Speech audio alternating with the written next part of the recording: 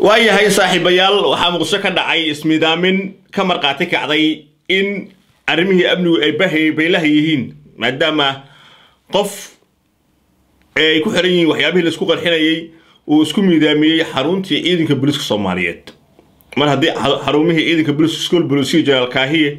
oo la og yahay inta qof ma taqaanaa inta isbaaro ee taalo iyo controlka loo marayo oo qof awoodo inuu si dhib yar u baxo isdhex galo isku qarxiyo horta waxay ka marqaati kacaysaa heerka uu gaaray amaanka ay ka marqaati kacaysaa haddaba ninkaas yuu ahaa magaciisa muxuu yahay ayaa su'aashu tahay meesha taala ninka waxaa la yiraahdaa isqarxiyay ismidaamiyay Maxamed Nuur Guutaale inta la xaqiijiyay waxa uu dhashay hawiye gaar ahaan habargidi wuxuu dhashay qabiilka la saruurka uu dhashay saruur habargidi uu dhashay wuxuu soo qaatay dharka ciidanka booliisku soo qaatay markaas ayuu soo galay meesha safka dadka ka daawanayeen markaas ayuu gudbay oo ciidankii oo dabaaldeg 20 December u sii diyaar garoobay ayuu dhex gal isku qarxiyay ninka hadduu sugi lahaa kaliya intay ka imaanayaan generaalka ciidanka ee sugi lahaa dhimasho inta way ka badan lahayd wuxuu awooday taliyaha booliiska isku qarxiyo inuu awood saraakiisha kale waaweyn isku qarxiyo ayuu awooday wuxuu dilay 19 askari ayuu dilay ninka 19 askari oo rag saraakiil ay ku jiraan ayuu dilay 7 askari oo kamid ah waxay ka yimaadeen saldhigga garoonka aadan cadde ee mataqaanaa garoonka diyaaradaha ka yimaadeen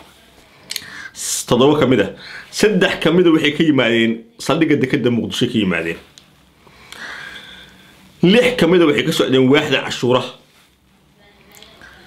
3 kalena waxay ka socdeen mataqaanaa ururka taliska ka socdeen ragga inta dhimata weey ee la hubo dad kale oo rayida oo dadka deegaanka ah meesha deganaa ayaa ku baabacay qarax oo ku dhintay laakiin nasiib darrada ugu weyn ee dhacday waxa weeye in la jaal Mukhtaar meesha joogo Mukhtaar Afrax ayaa wuxuu sameeyay markii isaga mas'uuliyadii uu lahaa uu gabay ayuu wuxuu sameeyay dadkii masaakiinta ahaa ee aaga deganaa guryahoodii ku qarbaxo burburi hal burburi darajada waa dadkooda maanta ay dhamaadeen ee agoonta ilmihi agoonta ahaa ilmihi rajaga ahaa hooyooyinkooda dhinteen ayuu maanta ku qarbaxo baabi dawladnimadu ma sidaasa intuu amnigii isaga baylihii miyuu dilayaa oo burburinayaa hadda dadka masaakiinta guryahoodii haddaba xogta ninka waa intaas ciidanka meesha joogana waxa la ninka uu socday ciidan ma taqaana farmaajo oo ay hor arurinayo madaxa u xiraayeen rag sportska wata weeye dhinaca kalena dawladda Mareykanku waxay caawa ku dhawaaqday wada ogtihiin oo ay tiri guud ahaan wixii aan sii jiray ciidanka xoogga dalka Soomaaliyeed waa joojiyay arrintaas arrin weyn waa wakaalada warka Reuters warbixinta qortay aflagaadi ku dastuuriba taa waxay marqaati kacaysaa musuqmaasuq ma taqaanaan lacagtii ciidanka xoogga dalka loogu talagalay waxa wada cunay wasiirka hore gaashaandhigga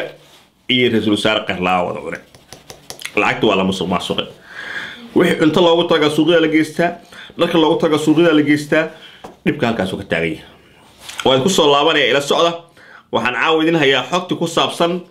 impeachmentigii mooshinkii Maxamed Cabdullaahi Farmaajo madaxweynaha